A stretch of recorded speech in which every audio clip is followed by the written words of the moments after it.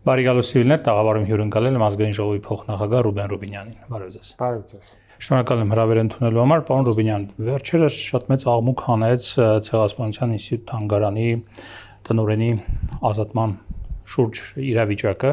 Վարչապետ Նիկոլ Փաշինյանն էլ հաստատեց, որ անձամբ է ցուցում տվել, որ Ցեղասպանության թանգարանի ինստիտուտի տնօրեն Էդիտա Գզոյանը հրաժարական դիմում գրի։ Պատճառը ԱՄՆ փոխնախագահ Ջեյ Դի Վենսին Արցախի հիմնախնդրի վերաբերյալ գիրք նվիրելն էր, ինչը որակվեց որպես կառավարության արտաքին քաղաքականությանը հակասող սադրանք։ Պարոն Ռուբինյան, դուք քանի որ արտաքին քաղաքական բլոկում եք մշտապես եւ հայ-թուրքական մասով բանակցող եք, ինչ այդ արտաքին գործերի փոխնախարար եք, ինչ կապ ունի Ցեղասպանության ինստիտուտ թանգարանը արտաքին քաղաքական կուրսի հետ։ Նա ոչ ԱԳՆ-ի կառույց է, ոչ արտաքին քաղաքականությամբ զբաղվող որևէ ֆունկցիա ունեցող ինչ-որ հաստատություն է։ Գիտական կառույց է եւ գիտական գործունեությամբ է զբաղվում։ Ինչու՞ն է պատճառը նման կերպ հիմնավորել եւ այդ իրավիճակից հետո մարդուն ազատման դիմումի ցուցում տալ։ Պատճառն այն է, որ Ցեղասպանության թանգարանը, որը հուշահամալիրի մաս է եղել, օրենքով ամրագրված է որպես արողակարգային այցելությունների վայր, օտարերկրյա հյուրերի, այսինքն երկկողմ պետական այցերի ժամանակ օրենքով ամրագրված է, որ մարդիկ հիմնականում այցելում են հուշահամալիր եղել։ Այո։ Եվ հետեւաբար ասել, որ դա ընդհանրապես պետության հետ կապ չունեցող գիտակրթական հիմնարկ է, ամբողջ ճշմարտությունը չասել է։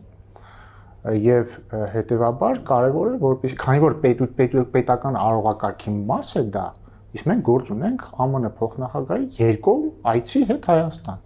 Ակնհայտ է կապը արտաքին հարաբերությունների եւ այդ այցի միջեւ։ Եթե ԱՄՆ փոխնախագահը տուրիստական այցով այցելած լիներ Հայաստան եւ այդ այցի ընթացքում այցելած լիներ թանգարան ինստիտուտ եւ իրեն գիրք նվիրած լինեին, այդտեղ որևէ խնդիր չէր լինի։ Այս դեպքում խնդիր կա։ Իսկ ո՞րն է խնդիրը։ Օրինակ գիրքը նվիրել է, որտեղ կա Արցախի մասին պատմող, չգիտեմ, Սումգայիթի, մյուս ջարդերի վերաբերյալ ինչ որ տեղեկություն։ Ես որքանով գիտեմ, գիրքը մամուլից գիտեմ, ինչ գիտեմ, իդեպ Արցախի հիմնախնդրի մասին, հա, այդպես է ասվում։ Թեկուզ։ Խնդիրը հետեւյալն է, որ կառավարությունը հայտարարում է, որ Ղարաբաղյան շարժումը չի շարունակելու։ Կառավարությունը հայտարարում է եւ հայտարարել է, որ իր կուրսը հետեւյալն է, որ Ղարաբաղյան հակամարտությունն ավարտված է։ Եվ այդ համատեքստում, երբ որ ԱՄՆ փոխնախագահը, որը այն երկրի ղեկավարն է, որի միջնորդությամբ է ստորագրվել խաղաղության հռչակագիրը, երբ որ արողակարգի շրջանակներում, ուշադրություն դարձրեք, արողակարգի շրջանակներում ոչ թե մասնավոր այցով, այցելում է Ցեղասպանության թանգարան ինստիտուտ եւ այնտեղ իրեն այդ գիրքը նվիրում են, մի հատ էլ հայտարարում են, որ այդ գիրքը նվիրեցին, դա արդեն պարզապես գիրք նվիրել չի, դա դառնում է ակտ։ Ակտ, որը հակասում է կառավարության քաղաքականությանը, այսքանը շատ պարզ է ամեն ինչ։ Շատ լավ հասկանալի է, բայց տեսեք, այնտեղ ես լսել եմ մեկնաբանություններ, բայց չէ որ դա գիտական հաստատություն է։ Այո, գիտական հաստատություն է, որտեղ տեղի է ունեցել արողակարգային այց, պետական այցի շրջանակներում։ Օրինակ, ենթադրենք մի իրավիճակ, որ պետական այցի շրջանակներում, չգիտեմ, Բարձրաստիճան պաշտոնյաներից մեկը տարերկրյա գնում է պատմության ինստիտուտ։ Պատմության ինստիտուտում իրեն նվիրում են ինչ-որ գիրք։ Տարբերությունն այն է, կարող է համալսարան էլ գնար իրեն գիրք նվիրեն, տարբերությունն այն է, որ ցանկացած այցելության վայր չէ, որ արարողակարգային է։ Ամեն երկիր պետական երկկողմ այցերի համար նախատեսված ունի մեկ տեղ, որտեղ այցելում են հյուրերը։ Մեկ կամ մի քանի տեղ, բայց այդ մի քանիսից մեկն է ընտրվում ամեն անգամ։ Մեր դեպքում դա Եղեգնի հուշահամալիրն է, Ցեղասպանության հուշահամալիրն է։ Օրինակ Ադրբեջանի դեպքում գիտեք, իրենց շեյդների ոնց է կոչվում դա, հուշահամալիրը։ Ռուսաստանի դեպքում դա անմար կրակնա Կրեմլի մոտ, մյուս երկրներում չգիտեմ ինչ։ Այսինքն ամեն մեկի մոտ այդ մեկն է։ Եվ երբ որ այդ մեկ այցի ընթացքում տեղի ունենում ակտ, այդ գիրքը նվիրելը, որը իր բովանդակությամբ ամբողջովին հակառակն է պետական քաղաքականությանը, դա խնդիր է։ Շատ պարզ։ Եթե կրկնում եմ, բացի այդ այցից, նաև ոչ որպես արողակարգային այց, ԱՄՆ փոխնախագահ այցելեր, ասենք, չգիտեմ, Երևանի պետական համալսարանի պատմության ֆակուլտետ եւ այնտեղ, չգիտեմ, քննարկում տեղի ունենար Ղարաբաղյան հակամարտության մասին որպես պատմական իրադարձություն, այդտեղ խնդիր չէր լինի։ Շատ լավ, բայց այնուամենայնիվ հանրային արձագանք եւ բավական սուր արձագանքը որ տեղի ունեցավ, դա ձեզ ինչ հուշեց։ Սուրը, որովհետեւ թեման էլ է սուր, պարզ չի որ ցեղասպանության հուշահամալիրի հետ կապված նույնիսկ պարզ վերանորոգում են անում, դա դառնում է քննարկման առարկա, որովհետեւ դա սուր հարց է, էմոցիոնալ հարց է, բայց եթե կրկնում եմ բովանդակությանն ենք նայում, այդ նույն տրամաբանությամբ կարող էր այլ առողակարգային խնդիր եղած լիներ, այլ մարդ այլ գիրք նվիրածներ, որը ելի կհակասեր կառավարության։ Բայց ցեղասպանության թանգարան ինստիտուտում դժվար ուրիշ գիրք նվիրեին, կամ պետք է նվիրեին ցեղասպանության վերաբերյալ գիրք, կամ պետք է նվիրեին, չգիտեմ, Ղարաբաղյան հակամարտության մասին, որովհետև այնտեղ կա նաև որ փոքրիկ հուշահամալիրներ նվիրված Սումգայիթի Բաքվի ջարդերին եւ այլ, հա, եւ ընդհանրապես այդ գծի մեջ ենք մենք դիտարկել եւ չասենք էլի, որ ցեղասպանության հուշահամալիրը առաջնային իմաստը ցեղասպանության հիշատակը չէ, եկեք նոր կողքից իմաստներ չառաջնային իմաստի հիշատակն է։ Հետևաբար կարող էին այլ գիրք նվիրել, ոչ թե Ղարաբաղյան հակամարտության մասին։ Ես ուզում եմ մենք մի քիչ բայց կարող է ցեղասպանության մասն էլ գիրք նվիրեին, ասեիք որ դա արտաքին քաղաքականության առաջնահերթություններում չէ եւ բայց մարդը այցելել է ցեղասպանությանը հիշատակի նվիրված հուշահամալիր եւ թանգարան, պարզավոր նորմալ կլիներ եթե ցեղասպանության մասին գիրք նվիրել։ Խնդիրը հետեւյալն է, եկեք արանքից հանենք էլի այս ամբողջ աղմուկը։ Փաստ համար 1 կառավարությունը ասում է մենք Ղարաբաղյան շարժումը չենք շարունակում, հակամարտությունը ավարտված է։ Մենք եւ Ադրբեջանը օգոստոսի 8-ին ճանաչել ենք միմյանց տարածքային ամբողջականությունը, հակամարտությունը չենք շարունակում։ Սա նշանակում է, երբ որ օտարերկրյա հյուրը այցելում է եւ առողակարգային այց ունենում, տվյալ դեպքում Թանգարան ինստիտուտ ցեղասպանության, երբ որ իրանք գիրք են նվիրում Ղարաբաղյան հակամարտության վերաբերյալ, դա 100%-ով բոլորի կողմից ընկալվելու է որպես քաղաքական ակտ, որը հակասում է կառավարության դիրքորոշմանը։ Իսկ Ղարաբաղյան շարժումը չշարունակելու կառավարության որոշումը կամ ընդհանրապես Ադրբեջանի հետ խաղաղություն հաստատելու էս ընդհանուր նարատիվը որոշումը, չգիտեմ, այդ առումով դուք Ադրբեջանում գործընկեր ունեք ամբողջությամբ այս արժեքի այս մոտեցումը կիսող, որ հակամարտությունը ավարտված է, մենք էլ հակամարտությունը չենք շարունակում, որովհետև այնտեղ օրինակ նույն արևմտյան Ադրբեջանի հետ կապված թեզը, որքան էլ մենք, չգիտեմ, դժգոհենք, բայց պետական քաղաքականության մաս է եւ շարունակվում է դա։ Նախ եկեք ֆիքսենք մի բան։ Խաղաղության հաստատում չի նշանակում, որ հաջորդ օրը 100%-անոց կոնսենսուս ունեն երկրները ամեն ինչի շուրջ եւ դառնում են բարեկամներ եւ լավ ընկերներ։ Ցավոք կամ բարեբախտաբար դա չի նշանակում խաղաղության հաստատումը։ Խաղաղության հաստատումը ինչ է նշանակում, երբ որ կողմերը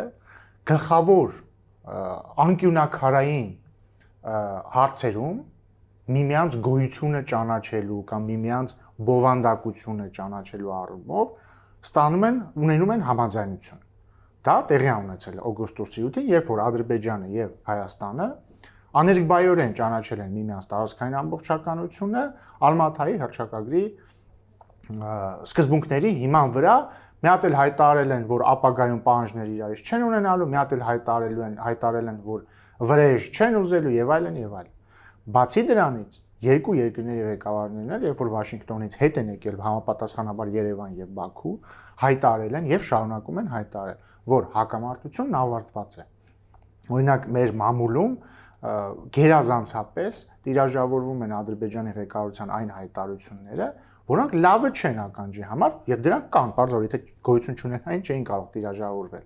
Բայց եթե օրինակ մեր մամուլի մի հատված չլիներ քաղաքականացված, նաեւ մեր մամուլում կհայտնվեին այն հայտարարություններ, որոնք լավն են, իսկ դրանք կան, օրինակ բառացիորեն 2 շաբաթ առաջ, թե 1 շաբաթ առաջ Ադրբեջանի նախագահը հերթական անգամ հայտարարել էր, որ իրենց համար հակամարտությունը փակված է, հակամարտության էջը փակված է,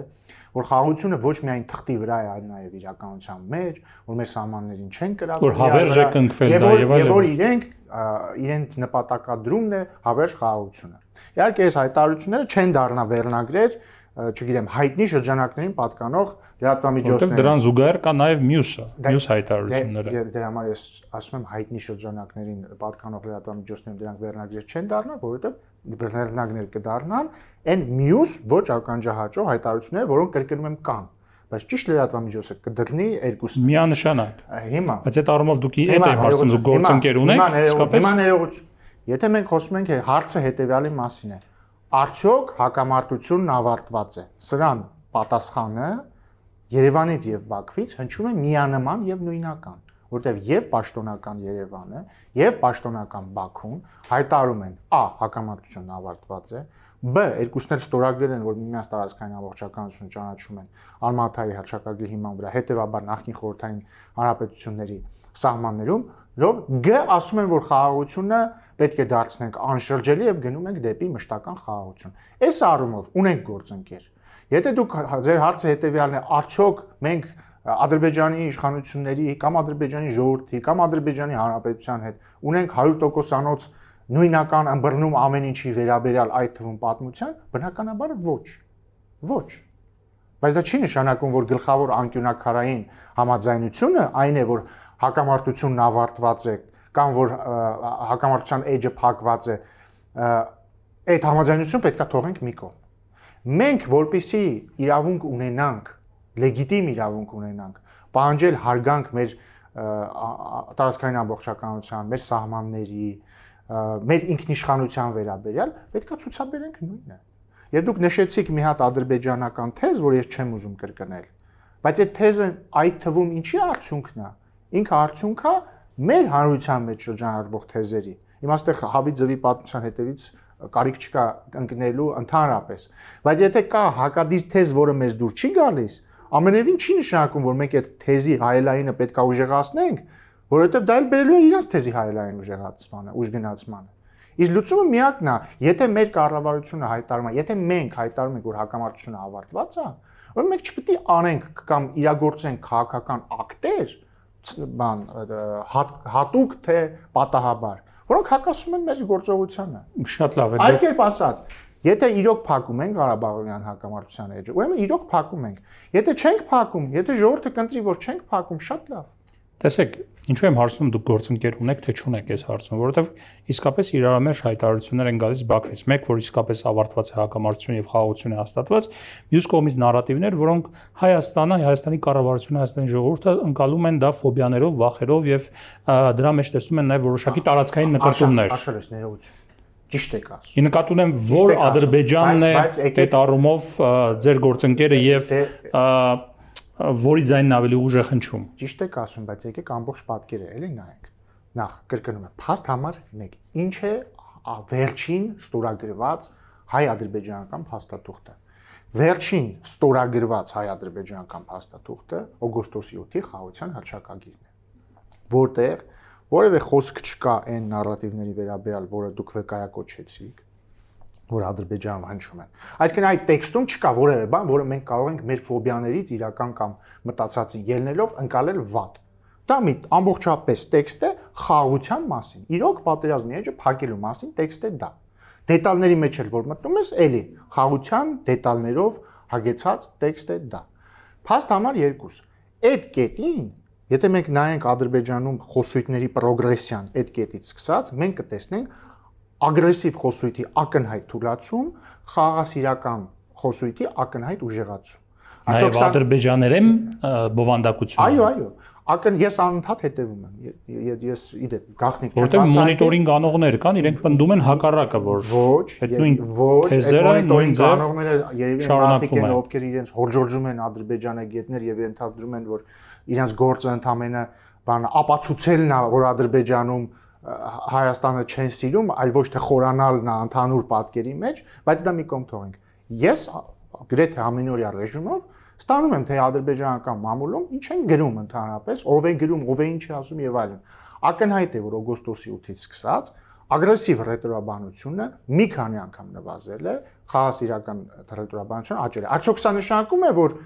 չեն լինում ընդհանրապես ագրեսիվ հայտարարություններ, այդ թվում բարձրագույն նոմակարտակով։ Իհարկե չի նշանակում այն բանի Սևանա լճի անվանափոխության, հա, օրինակը բոլորիս աչքի առջև է։ Էլի ժամանակ առ ժամանակ լինում են հայտարարություններ, որոնք մեր տեսանկյունից անընդունելի են։ Բայց եթե մենք նայենք իրան ժամանակագրական իմաստով, ակնհայտ է, որ խաղաղության խոսույթը շատացել է, կոնֆլիկտի խոսույթը քչացել է։ Եկեք լավ հերո չգնանք։ 1 տարի առաջ մենք պատկերացնենք, որ Ադրբեջանի նախագահը կարող է ասի, մեր նպատակն է հավերժական խաղաղությունը եւ որ մենք հիմա մեր հաստատած խաղաղությունը ոչ թե թղթի վրա է, այլ իրականության մեջ։ Չենք պատկերացնի։ Այսինքն սա ապացույց է, որ մի բան փոխվել է, չէ՞։ Եվ հետեւաբար նորից վերադառնալով ձեր հարցին, եթե հարցը հետեւյալն է, արդյոք Երևանն ու Բաքուն նույն ընկալումն ունեն առ այն, որ հակամարտությունն ավարտված է, ապա միանշանակ այո, որովհետև երկուսն էլ նույնն են հայտարարում։ Արդյոք կան խոսույթներ Ադրբեջանում, որոնք մեզ համար անընդունելի են եւ որոնց մենք համաձայն չենք։ Այո, միանշանակ այո։ Արդյոք այս կետին մեր պատասխանը պիտի լինի այն, որ մենք էլ ձևավորենք խոսույթներ, որոնք հակասում են հակամարտության ավարտին։ Մեր պատասխանը պետք է լինի այն, ինչ որ մենք հիմա անում ենք։ Այն ինչ որ մենք հիմա անում ենք։ Պահանջել, չէ, մի վարքան։ Ուժեղած պահանջելու կարիք նույնիսկ մենք չունենք։ Մենք ունենք ստորագրած փաստաթուղթ։ Փաստա չէ, որ Հայաստանն ու Ադրբեջանը միմյանց տարածքային ամբողջականությունը ճանաչել են օգոստոսի 8-ի հռչակագրով եւ ոչ միայն։ Փաստա, դրա վրա պետք է կառուցենք։ Մենք իրականում օգոստոսի 8-ից հետո էլի մի քանի փաստ կա, որոնք բավարար երևի չենք ուշադրություն դարձնում նրան։ Օգոստոսի 8-ի ստորագրված փաստաթուղթը որքանով ենք երկաթբետոնյա, որովհետև շատ եք իր վրա հղում կատարում, դե ուրիշ փաստաթուղթ էսպայն չկա, որ այլ փաստաթղթի վրա կանոնակարգը կա սահմանազատ։ Ի նկատի ունեմ այդ առումով ինքը որքանով է իրագործելի, որքանով է երկաթբետոնյա, ինչու որովհետև մինչև էլ նոյեմբերի 9-ն էր ստորագրած, որը որևէ էական փոփոխություն չբերեց։ Աշարոս, նախ նոյեմբերի 9-ի ու օգոստոսի 8-ի տարբերությունն այն է, որ նոյեմբերի 9-ը մի փաստաթուղթ էր, որը ստորագրվել էր այդ թվում միջնորդի ակտիվ դերակատարմամբ։ Դա մի փաստաթուղթ էր, որը իրականում հարցի վերջնական լուծման մասին չէր։ Նոյեմբերի 9-ի հայտարարություն էր հարցի պաուզայի վերաբերյալ։ Ճիշտ է, ակնհայտ է նոյեմբերի 10-ի դրությամբ կրկին Հայաստանում հրադադարի մասին հայտարարություն էր։ Հրադադարի մասին հայտարարություն էր, դա հակամարտության ավարտի մասին հայտարարություն չէր։ Եվ պատահական չի, որ նոյեմբերի 9-ի ստորագրումից 1 օր հետո կողմերը սկսեցին այն բոլոր հարցերում, գրեթե բոլոր կետերով մեկնաբանել այլ կերպ։ Այսինքն այլ կերպ էին մեկնաբանում ապաշրջափակման հարցը, այլ կերպ էին մեկնաբանում հայկական զորամիավորումների Լեռնային Ղարաբաղի 7 շրջաններից դուրս գալու հարցը, ինչ հնարավոր էր այլ կերպ մեկնաբանել, այլ կերպ էին մեկնաբանում։ Օգոստոսի 8-ի հռչակագիրը, որը ստորագրվել է Հայաստան-Ադրբեջան միաժամանակյա համ երկկողմ բանակցությունների արդյունքում, համ նաև ԱՄՆ որոշիչ դերակատարման, բայց ամենակարևորը դա հռչակագիր է խաղաղության մասին։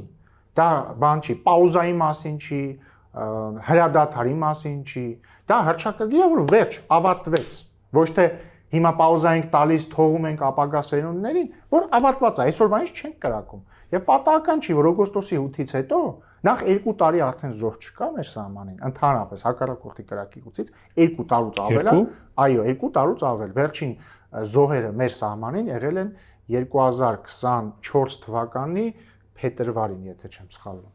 2 տարուց ավել զոհ չկա ընդհանրապես հակառակորդի կրակոցից։ Օգոստոսի 8-ից հետո ոչ միայն զոհեր չկան սահմանին, այլ նույնիսկ կհիշեք, մի տարի առաջ ինչ էր սահմանային բնակավայրերում կրակոցներ էին լսվում։ Նույնիսկ դա չի լսվում։ Հաջորդը մենք ունենք իրավիճակ, երբ որ մեր տնտեսական ենթակառուցվածքները մասնակիորեն արդեն ապաշրջափակվել են։ Կհիշեք, օգոստոսի 8-ի հռչակագրի ստորագրման Ինձ անսովոր է, որ ինչ չեք ընդհատում, ես սովոր եմ ընդհատող լրագրողների ուզում եմ շնորհակալություն հայտնել ձեզ դրա համար, բայց ուղղեմ։ Հա, փորձեք ուղղեք ամեն դեպքում։ Հա, օգոստոսի 8-ի հռչակագրից հետո ինչ էին ասում մեր ընդդիմությունը։ Սա մի պայմանավորվածություն է, ըստ որի Ադրբեջանը ստանալու է ճանապարհ Սյունիքով, իսկ մենք մնալու ենք շրջափակման մեջ։ Արդյունքում Հայաստանը ավելի շուտ ստացավ ճանապարհ Ադրբեջանով, քան Ադրբեջանը Հայաստանով։ Այո, բայց այդ ճանապարհը դեռևս մի ուղղությամբ է աշխատում է Հյուսիսից հարավ տրանզիտի կամ Ադրբեջանից Հայաստան բեռների փոխադրման տեսանկյունից։ Ոչ միայն հյուսիսից հարավ, այլև արևելքից արևմուտք, նկատի ունեմ Ղազախստանից Հայաստան։ Եվ հաջորդը Ադրբեջանից հնչել է բարձրագույն մակարդակով կրկին հայտարարություն, որ Ադրբեջանի տարածքը բաց է դեպի Հայաստան եւ Հայաստանից երկաթուղային բեռնափոխադրումների։ Բայց դեռևս ոչ մի փոխադրում տեղի չի ունեցել։ Համաձայն է, որ Հայաստանից Ադրբեջանի տարածքով բեռնափոխադրման փաստացի դեպք չենք ունեցել, բայց նաև դեպք չենք ունեցել, որ ինչ որ մեկը փորձել է եւ չի ստացվել։ Շատ լավ։ Պարոն Ռուբինյան, տեսեք, այս հայտարարությունը կամ այս դեպքը Էդիտա Գզոյանի հետ կապված ինչու նման մեծ նաև ուրեմն արձագանք ստացավ, որովհետեւ մարդկանց մի խումբ, որքան ես հետևել եմ այդ քննարկումներին, մոտավորապես սա անցալեցին այնպես որ պետական մակարդակով դրվում է արգելք պատմական հիշողության վրա։ Դե սխալ են ընկալում։ Նախ չեմ, ես վստահ չեմ, որ այդ մարդիկ այդպես են ընկալել, ես վստահ եմ, որ այդ մարդիկ լավ էլ ճիշտ են ընկալել, բայց ուզում են այլ կերպ ներկայացնել։ Կրկնում եմ,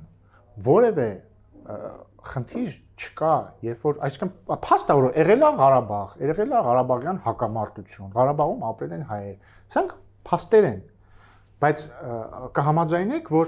կախված նրանից թե փաստը ինչ համատեքստում եւ ինչ իրավիճակում ես եւ ոնց ես ներկայացնում, դա կարելի է գնահատել կամ որպես քաղաքական ակտ կամ որպես ոչ քաղաքական ակտ։ Շատ մասնավոր օրինակ բերեմ։ Հիմա կգնում եմ, էլի, հələ պատկերացրեք, էլի, դա ուրիշ օրինակ, ինչ օրինակ։ Չէ, ես կոնկրետ օրինակ բերեմ։ Հետազոտողը գալիս է կրթության գիտության նախարարությանը, ասում է, գիտեք ինչ, ես ուզում եմ ուսումնասիրել 1988, չգիտեմ, 94 թվականների Ղարաբաղյան շարժումը եւ այլ եւ այլ։ Կրթության գիտության նախարարությունը դա ֆինանսավորելու է, թե ասելու է, գիտեք ինչ, մենք փակել ենք այդ էջը, ընդհանրապես մենք դա չգիտեմ, ինչ մասնավոր դեպք ասում, քաղաքական իմաստով։ Չէ, ես հիպոթետիկ դեպք եմ ասում, ես չեմ ասում, որ եղել նման դեպք եւ իրեն ասել են երկիրը ունի ակադեմիական ազատություն։ Դա նշանակում է ցանկացած հետազոտող ինչ ուզի կարող է հետազոտել։ Բաներ, որոնք կառավարության գծին քաղաքական համապատասխանում են, կամ որոնք չեն համապատասխանում։ Ես ասում եմ, որ ԱՄՆ փոխնախագահ J.D. Vance-ը, երբ որ այցելել է ցեղասպանության թանգարան ինստիտուտ, ինքը չի եղել պարզապես մի ամերիկացի մարդ, որը տուրիստական այցով այցելել է պարզապես մի թանգարան ինստիտուտ։ Դա եղել է ԱՄՆ փոխնախագահը, որը Հայաստանի արարողակարգային կանոնների համապատասխան այցելել է արարողակարգային այցելության վայր, որտեղ իրան այդ թանգարանի ինստիտուտի ղեկավարը, որը պետաշխատող է, նվիրել է գիրք հակամարտության մասին, որը այդ կառավարությունը համարում է փակված։ Պարոն Ռուբինյան, բայց դրանից առաջ էլ եղել են էլի բարձրաստիճան այցելություններ, գոնե այդ հաստատության գիտական աշխատողներն են պնդում, որ էլի նույնաբովանդակ գրականություն է նվիրվել, էլի եղել է։ Ինչա նույնաբովանդակ։ Արցախի վերաբերյալ կարծես։ Երբ ա եղել դա։ Անցած տարվա ամռանը, եթե չեմ սխալվում, օգոստոսի 8-ից առաջ թե հետո։ Այսինքն սա է ջրբաժանը, օգոստոսի 8-ից առաջ թե հետո։ Որտեղ օգոստոսի 8-ից առաջ էլ էր հայտարարվում Ղարաբաղի շարժումը, այս իշխանությունները չի շարունակելու։ Աշխարհից եկեք, որպեսզի մենք մի քիչ բան չգցենք, էլի, չգիտեմ, Օրվելյան կրկնակի խոսակցության դաշտ չգցենք, էլի։ Հիմա օրինակ պատկերացրեք բանը, ինչ ասեմ, ինչ որ մեկը այցելում է։ Չէ, ուզում եմ ասեմ, դրանից առաջ են եղել դեպքեր։ Չէ, իրական, սպասեք, էլի։ Ինչ որ մեկը այցելում է, ասենք, բան, թեկուզ Կրեմլի արմար կրակին։ Ինչ որ օտարերկրյա պատվիրակություն։ Իրանը տեղ, իհարկե դա թանգարան չի, բայց լավ, այդտեղի ինչ որ մեկը նվիրում է գիրք, ասենք, ինչի մասին, չգիտեմ։ Ռուս-ֆիննական պատերազմի մասին։ Փաստա եղել է սովետա-ֆիննական պատերազմի մասին։ Փաստա, որ եղել է սովետա-ֆիննական պատերազմ, դա պատմական իրողություն է, դա փաստա։ Բայց համաձայնեք, որ Ֆինլանդիայում կնստենք, ասենք, բայց մի վարքյան, էլի։ Էս ինչ մեսեջ էր, ինչի է Ռուսաստանի պետական աշխատողը, ու ասենք թե լավ, այցելությունն էլ որտեղից է։ Ուգանդայից, ասենք։ Ինչ են Ուգանդայի նախագահին, որը անմար կրակի մոտ երկրորդ համաշխարհային զոհերի բան արել, ծաղիկներ դրել, ինչի է նվիրել գիրք ֆիննա-սովետական պատերազմի մասին։ Գուցե դա ուղերձ է։ Արդյոք դա նշանակում է, որ Ռուսաստանը Ֆինլանդիայի հետ հակամարտությունը փակած չի համարում։ Այսինքն նման մի բան։ Շատ լավ, հետաքրքիր է։ Բայց միևնույն ժամանակ, եթե գիրք նվիրեր երկրորդ համաշխարհայինի մասին, ընդհանուր առմամբ, հարց չէր առաջանում, որտեղ մարդը անմար կրակի մոտ խոնարհում է երկրորդ համաշխարհայինի կամ մեծ հայրենականի զոհերի առաջ։ Հարցը հետևյալն է, ակտը ինքը սիմվոլիկ քաղաքական ակտ է, թե ուղղակի մեկը մեկին գիրք է նվիրում։ Տեսեք, դուք բացատրում եք, բայց ինչու է ձեր բացատրությունը կամ պետության բացատրությունը ինչու չի ընկալվում, որովհետև նույն ցեղասպանագետների հայտարարությունն եք երևի տեսել։ Հայտնի ցեղասպանագետներ, միջազգային առաջատար ցեղասպանագետներ հանդես էին եկել հայտարարությամբ այդ դեպքից հետո ասելով, որ սա սարսափելի ուղերձ է գիտնականներին։ Բայց ի՞նչն է ուղերձը։ Գիտնականներին չի ուղերձը, ուղերձը պետաշխատողներին է, որ պետաշխատողները, եթե իրանք պետաշխատող են, պետք է շարունակեն կառավարության քաղաքական գիծը։ Եթե համաձայն չեն, կարող են դիմում գրել չշարունակել այդ գիծը, քննադատել եւ, չգիտեմ, իշխանությանը անվանել դավաճան սրիկաներ։ Բայց իրենք չեն կարող լինել պետաշխատող, կամ կարող են դուրս գալ, մասնակցել ընտրությունների, հաղթել ընտրություններում։ Պետաշխատողը մի բան է, ինստիտուտի գիտաշխատողը մեկ այլ բան։ Արշալույս, որովհետև մենք հիմա գործ չունենք գիտական, մենք հիմա չենք քննարկում Տիկին Գզոյանի գիտական գործունեությունը, մենք հիմա քննարկում ենք պետական արարողակարգի շրջանակներում հյուրին տրված նվերի քաղաքական բովանդակությունը, կրկնում եմ, քաղաքական բովանդակությունը, ոչ թե գիտական բովանդակությունը, դա տարբերությունը։ Ոչ ոքի չի արգելում գիտական գործունեություն ծավալել, ոչ ոքի չի արգելում քննարկել, չգիտեմ, ուսումնասիրել Ղարաբաղյան հակամարտության պատմությունը։ Դրանից են վախենում, որովհետև մենք երկար ճանապարհ ենք հասել, մինչև այս սրան գալ հասնելը, մինչև այդ անցել ենք բանը նշաձողի իջեցում, մինչև այդ դրանից հետո անցել ենք տարբեր բաներ, որ Ղարաբաղյան շարժումը մեզ արդեն 5 տարի մեղադրում են ցեղասպանությունը ուրանալու մեջ։ Ես ձեզ չեմ ընդհատել։ Կլինի ես հարցը ձևակերպեմ, հետո դուք կանդրադառնաք։ Տարբեր բաներ ենք մենք անցել, որ այդ պահին այդ կտրվածքով ենք դիտարկել եւ գուցե նաեւ վտանգել չենք տեսել, բայց եկել հասել ենք այս կետին, որտեղ արդեն գիտական ինստիտուտի ղեկավարի արած քայլը ընկալվում է որպես արտաքին ներողություն։ Բայց էլի սխալ եք շեշտադրում անում։ Ի նկատի ունեմ, մարդիկ դրանից են վախենում երկարատև արդեն բանի մեջ տրայեկտորիայի մեջ դնելով այս ամեն ինչը մտածում եմ որ սա կարող է ել ավելի հեռուն գնացող ինչ որ հետևանքների բերել։ Սա խոսակցություն չէ գիտական ինստիտուտի գիտական գործունեության մասին։ Սա խոսակցություն է արարողակարգային միջոցառման քաղաքական բովանդակության մասին։ Երբ որ կառավարությունը հայտարարում է որ Ղարաբաղյան հակամարտությունը ավարտված է, երբ որ գիտական ինստիտուտի տնօրենը պետական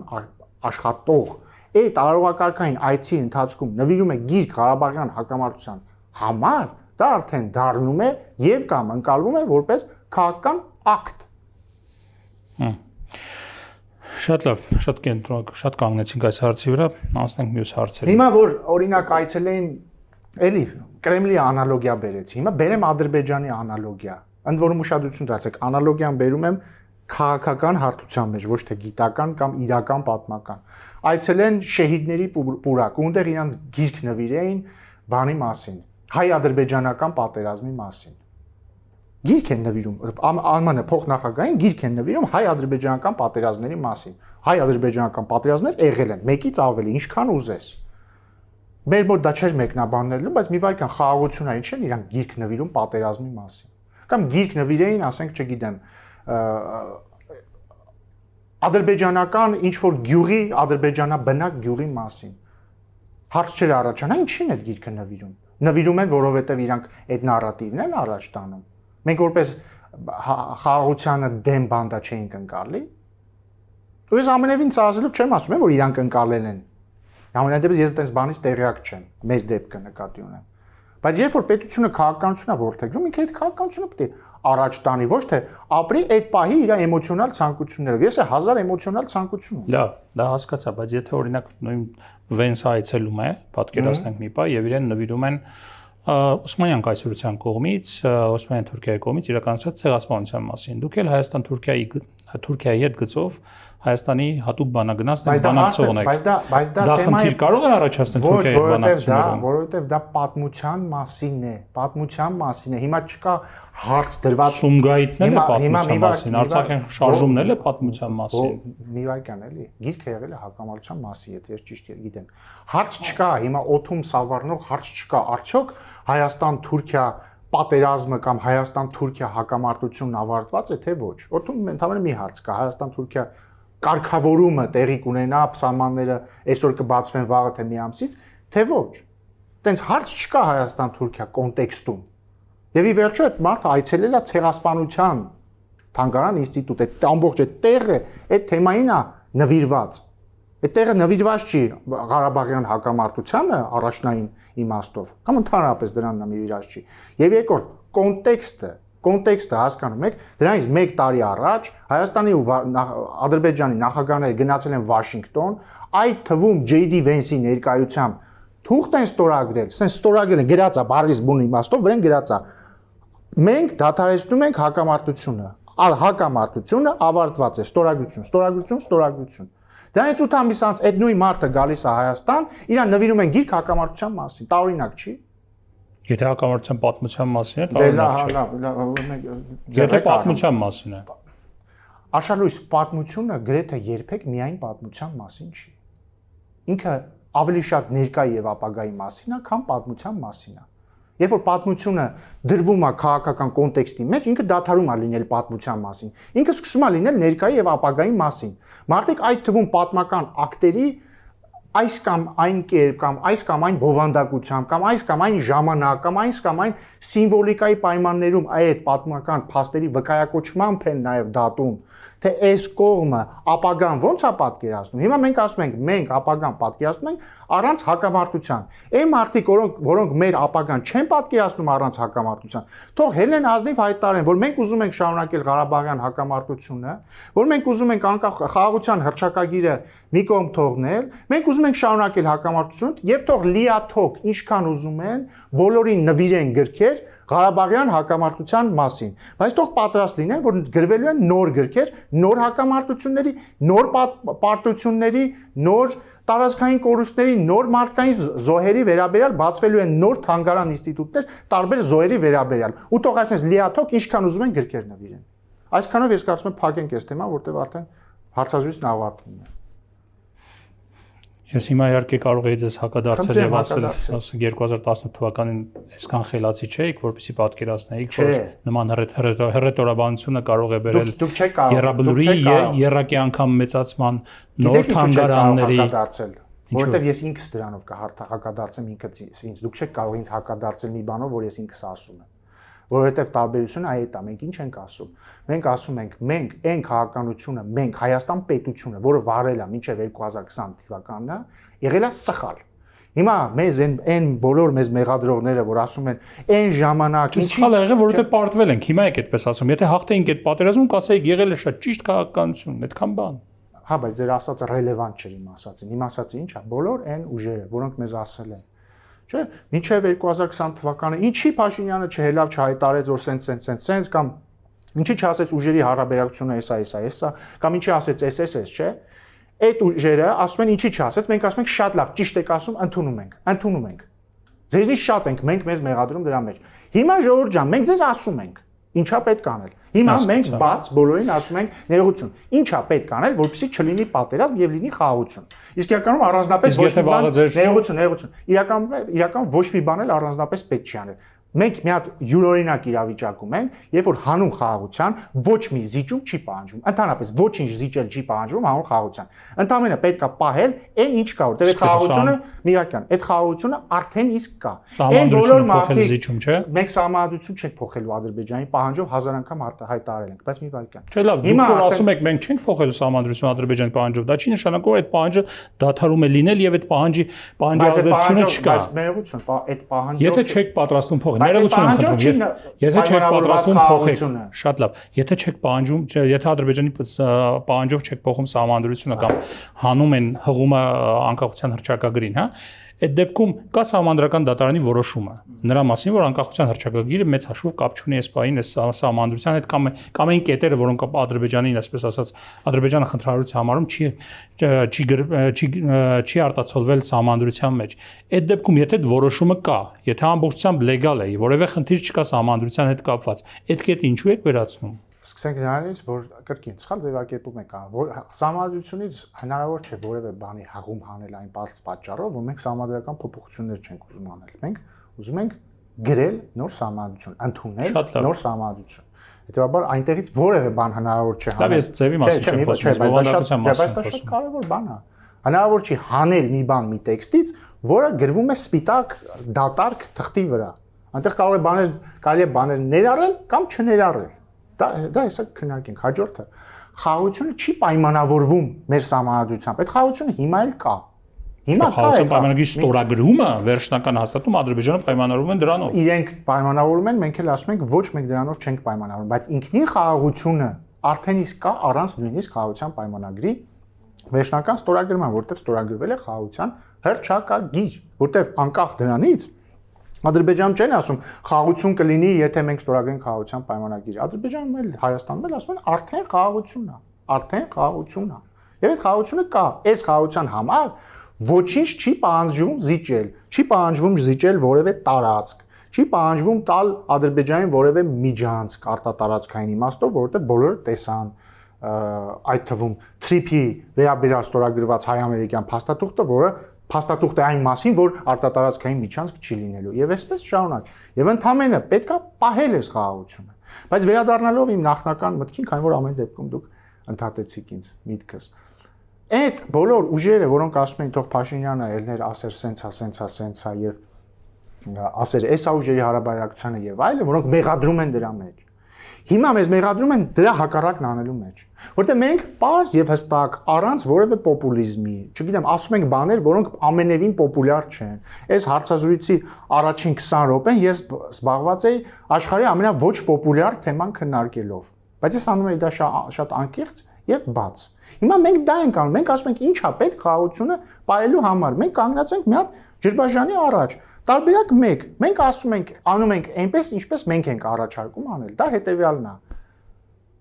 Փակված համարել հակամարտության էջը։ Վերջ, այդքան բան։ Փակված համարել հակամարտության էջը, իրապես փակված համարել հակամարտության էջը։ Ունենք խաղաղության հռչակագիր ստորագրված, շատ լավ է, խաղաղության պայմանագիրներ կստորագրենք, ունենք ստորագրված կանոնակարգ սահմանազատման հանձնաժողովների, ունենք դրա ֆիքսված հիմք Ալմատայի հռչակագիրն, ներողություն, կպատասխանեմ։ Սա ունենք, գնում ենք այս ճանապարհով, ունենում ենք խաղաղություն։ Գնում ենք մյուս ճանապարհով, այդ մյուս ճանապարհը ո՞րն է։ Ասել չէ, որ հակամարտություն չի կարող փակված լինել, մեր ընդդիմությունը դա ասում է։ Իրենք ասում են հակամարտություն չի կարող փակված լինել։ Ասել, որ սահմանազատման հիմքը չի կարող լինել Ալմատայի հռչակագիրը, քանի որ ԵԱՀԿ-ն ունի 7 սկզբունքներ, այդ թվում դեմոգրաֆիական հիմքով սահմանազատումը։ Այս կարանք ասենք, որ թրիփը չի բխում մեր շահերից եւ պետք է ընդլայնել դրա շրջանակը, ինչը նույն ինքը ասելն է, որ թրիփ թող չլինի։ Կարող ենք ասել, որ խաղաղության պայմանագիրը պետք է վերաբանակցել, կամ կարող ենք ասել խաղաղության պայմանագիրը գուցե պետք չի, չէ, ներողություն, գուցե պետք չի վերաբանակցել, բայց պետք է նոր երաշխավորներ գտնել, ինչը նույն ինքն է ինչ ասել վերաբանակցել, որտեղ այդ տեքստի մեջ երաշխավորներ նշված չեն։ Այս ամեն ինչը անելով, վերևից էլ այս ամեն ինչը կարող ենք անել, ես ուզում եմ մեր ժողովուրդը հստակ իմանա, որ մենք այս ամեն ինչը կարող ենք անել։ Բայց պետք է պատրաստ լինենք, որ լինելու են նոր բախումներ, մեր սահմանները չի բացվելու, մեծ հավանականությամբ լինելու է պատերազմ, բայց մի հատ լավ բան կա։ Կարող ենք հանգիստ եւ սիրով բոլորին նվիրել գրքեր Ղարաբաղյան հակամարտության մասին։ Հիմա խնդրում եմ, որ հարցին չպատասխանեցի։ Տեսեք, այն ինչ ասում է ընդդիմությունը, պարոն Ռուբինյան, ընդդիմության ներկայացուցիչներին մենք այդ հարցը այս տաղավարում տալիս ենք։ Ես դրա համար խոսում եմ ձեր ասածների, ձեր խոսքերի մասին, որովհետև ձեր խոսքերը նաև մինչև պատերազմը, պատերազմից հետո ընկած նախընտրական շրջանում, նախընտրականից հետո պարբերաբար փոփոխություններ են կրել։ Ես ուզում եմ հասկանալ ձեր խոսքերից որի վրա մենք պետք է հիմնվենք եւ այդ հիմնվելուց 2 տարի հետո հիշեցնենք ձեզ, այ որ ժամանակին սա էիք ասում։ Հետո դուք ասում եք իրավիճակը փոխվում է, մեր կարծիքն էլ է փոխվում։ Իվանյան, ոչ միայն կարծիքը է, ախր այստեղ տարբերություններ կան, է։ Հիմա դուք օրինակ ես լսեցի, դուք խոսքի մեջ ձեր մեջ բերեցիք նշաձող իջեցնելը, չէ՞։ Այո։ Իսկ այդ նշաձող իջեցնելու հայտարարությանը հիշում եք ոնց արձագանքեց եւ մեր ընդդիմությունը եւ Ղարաբաղի իշխանությունները հիշում եք որ արձագանքեցին։ Այո, վատ արձագանքեց։ Հիշում եմ։ Հիշում եք որ Ղարաբաղի խորհրդարանը բանաձև ընդունեց թե հայտարարություն։ Դա մինչև էդ էր։ Չէ, հենց դրանից հետո էլ ա եղել, այլ առիթներով էլ ա եղել, բայց դրան վերաբերյալ էլ է հայտարարություն եղել, որով իրենք քննադատում են մեր դիրքորոշումը։ Մենք 2021 թվականից հետո Ղարաբաղյան հակամարտության լուծման մեր առաջարկած տարբերակով չենք գնացել։ Մենք գնացել ենք, մենք նկատի ունեմ հայերս մեր հավաքականության մեջ, կամ Ղարաբաղի հայերը չեն գնացել մեր առաջարկած տարբերակով։ Ձեր առաջարկած տարբերակը կառավարության ծրագրում գրած էր, դա լրիվ այլ բան է։ Մի բան, կառավարության ծրագրում եթե նկատի ունեք բանը դեօկուպացիա չի եղել այդպես բան կառավարության ծրագրում։ Դա եղել է ձեր նախընտրական ծրագրում։ Դե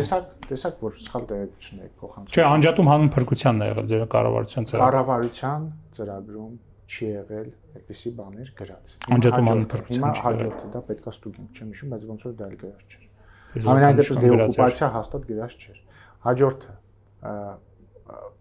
բայց ձեր ասածն էլ գրած չէր, կստուգենք։ Հաջորդը եթե մենք հիմա խոսում ենք 2021 թվականին հաջորդած քաղաքականության մասին։ Ղարաբաղի հայերը չեն գնացել մեր առաջարկած ճանապարհով։ Հակառակը, ամեն անգամ, երբ որ մենք առաջարկել ենք գնալ մեր առաջարկած ճանապարհով, ձայնակցությամբ, այստեղի ընդդիմության, դաշնակցության եւ այնտեղի ամբողջ ռազմաքաղաքական էլիտայի։ Մեզ ասել են դուք դավաճաններ եք, դուք տանում եք դեպի կործանում։ Երբ որ մենք ասել ենք պետքա նշաձողը իջեցնենք եւ ուղիղ պետքա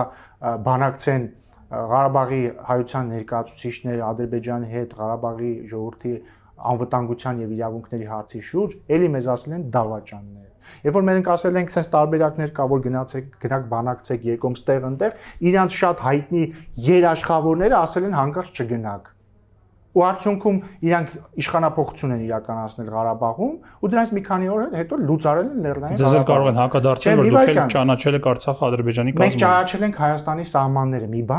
մի բան, որը մենք չէինք կարող չանել, որովհետև իրանց ասած երաշխավորները երաշխավորում էին ամեն ինչ, չէին ու փաստացի տեղեր ունենում իրանց երաշխավորածի հակառակը։ Մենք ունեցել ենք հակա երաշխավորներ, ու իրանք հիմա ուզում են այդ հակա երաշխավորներին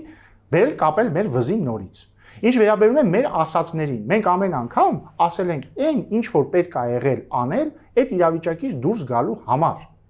Դու չես կարող բան քարացած ինչ որ բան ասես, անկախ նայես քո շուրջը ինչա փոխվում, այդ շարունակես նույն բանը ասել։ Կարող ես անել, երբ որ հարցը վերաբերում է, չգիտեմ, բարոյական արժեքային հարցերին, բայց երբ որ մենք խոսում ենք անվտանգային հարցերի շուրջ, դու պետք է ասես այն ինչը այդ պահին ճիշտ ես համարում։ Թե չէ, այսինքն ո՞րն է տրամաբանությունը։ Եկեք ֆրանկ ընդդիմության ասածներ են նայենք։ Լևոն Տեր-Պետրոսյանը ինչ էր ասում այն ժամանակ, հիմա ինչ է ասում։ Այն ժամանակ իրան դրել էր խաղաղարարության բանը, Աստծո տեղը, հիմա Լևոն Տեր-Պետրոսյանից դաշնակ ավելի հնարավոր չի պատկերացնել։ Աղվան Վարդանյանից ավելի դաշնակ է Լևոն Տեր-Պետրոսյանը։ Հետո Պարոն Ռուբինյան, քանի որ դուք Հայաստան-Թուրքիա հարցերով նաև չնայած համանդրական դատարանի որոշման եւ համանդրության փոփոխության վերաբերյալ հարցի չպատասխանեցիք։ Չէ, տվեք նորից հարցը պատասխան։ Հարցը նրանում է, որ դուք ասում եք ոչինչ չենք զիջում այս խաղաղության համար։ Ես ասում եմ, որ կարծես թե զիջում ենք, որ համանդրական փոփոխություններ են իրականացնում։ Մենք հայտարարել ենք, որ մեզ պետք է նոր սահմանադրություն, կրկնում եմ, նոր սահմանադրություն, ոչ թե սահմանադրական փոփոխություններ, այլ նոր սահմանադրություն։ Մշտապես դա հայտարարվել է։ Չի եղել օրակարգում հարց, որ պետք է մի վարքան էլի 2020 թվականի հղում չլինի։ 2020 թվականի հունիսին, եթե չեմ սխալվում, այս 44 օրյա պատերազմից առաջ մենք դրա մասին հայտարարել ենք։ Հաջորդը մենք բայց չեք ասել, որ հղում չպետք է լինի խանգարության հռչակագրին։ Այդ համանդրության բովանդակության վերաբերյալ որևէ բան այն ժամանակ չենք ասել ենք պետք է լինի նոր համանդրություն։ Հաջորդը մենք համաձայն չենք, շարունակում ենք համաձայն չլինել Ադրբեջանի իշխանությունների կողմից արվող այն հայտարարություններին, ըստ որոնց մեր համանդրությունը պարունակում է տարածքային պահանջներ Ադրբեջանի նկատմամբ։ Ինչու համաձայն չենք։ Կներեք, այստեղ մի բան հիշեցնեմ։ Նա երբ որ դուք ժամանակին ասել եք նոր սահմանադրություն է պետք, դրանից հետո ձևավորվել սահմանադրական փոփոխությունների հանձնաժողով խումբ աշխատանքային եւ այլ, որը մշակել է հայեցակարգ, այդ հայեցակարգը, եթե չեմ սխալվում, հրապարակվեց, որը հիմա նորն է մշակվում։ Այդ հայեցակարգում ոչինչ չկա գրված, եթե չեմ սխալվում, բանի մասին է, որ այդ հողումը չպետք է լինի։ Շատ բանի մասին։ Չէ՞ որ դուք ասում եք հայտարարել ենք, բայց չենք ասել եք հայեցակարգի գրվել։ Այդ հայեցակարգը ինչ։ Այդ հայեցակարգը հայեցակարգ է, բուն համանդրության տեքստի մասին այնտեղ բան գրած չի, այս հոդվածը սենց է, այս հոդվածը նենց է։ Ընդհանրապես։ Չէ, մոտեցումների մասին է գրած հայեցակարգը։ Ես անկեղծ այդ հայեցակարգը ինչ չեմ։ Եթե չեմ սխալվում, հրապարակվել է։ Հաջորդը ու ամեն դեպքում պարզ է, որ եթե չես կարող մի պահի հայեցակարգ գրես, հետո 5 տարի հետո նույն հայեցակարգին վերադառնաս։ Պետք է միշտ թարմ բան անես։ Հաջորդը մենք, բայց կիսատ մնաց։ Հա, մենք չենք ընդունում այդ պնդումները, որ մեր համանդրություն տարածքային պահանջներ ունի Ադրբեջանի նկատմամբ այն բարձ պատճառով, որ նախ մեր անկախության հռչակագիրը համանդրության մաս է այնքանով, որքանով դրա մեջ եղած կետերը արտացոլված են այնտեղ, ուղիղ գրված են այնտեղ։ Հետևաբար, եթե մենք իրենց պահանջը կատարես լինենք, ես ձեզ այսքան տեքստը չի ասի, կասեի հա ճիշտ են ասում, դե անենք հաջորդը։ Հիմա մենք ուզում ենք ընդունել նոր համանդրություն։ Այդ նոր համանդրությունը պետք է ինքը այդ թվում համապատասխանի, չէ, այն բովանդակությանը, որը մենք ուզում ենք դնել մեր պետության առաջ։ Հիմա մենք, եթե մեր պետության տակ ուզում ենք դնենք բովանդակություն, որը ոչ թե հակամարտության մասին է հարևանների հետ, այլ խաղաղության մասին է, կամ համագործակցության մասին է, մենք չենք կարող նորից դնել դրա մեջ բովանդակություն հակամարտության մասին։ Հասկանում եք։ Իսկ Ղարաբաղը անկախ նրանից այդ հռչակագիրը կա համանդրության մեջ, թե չկա համանդրության մեջ, հիմա Ղարաբաղը Ադրբեջանի կազմում է, չէ։ Հա, թե չէ։ Տենց է, չէ։ Փաստացի էլ դե յուրե էլ կազմում է, չէ։ Հետևաբար ինչի ենք մենք քննարկում մի հատ բան, որը գետնի վրա իրականության հետ ունի 0 առնչություն։ Պարոն Ռուբինյան, վերադառնալով ձեր հիմնական նաև ֆունկցիաներին նկատի ունեմ Հայաստան-Թուրքիա բանակցությունների տեսանկյունից, կա որևէ տեղաշարժ պայմանավորությունների կատարման հետ կապված երրորդ երկրների հետ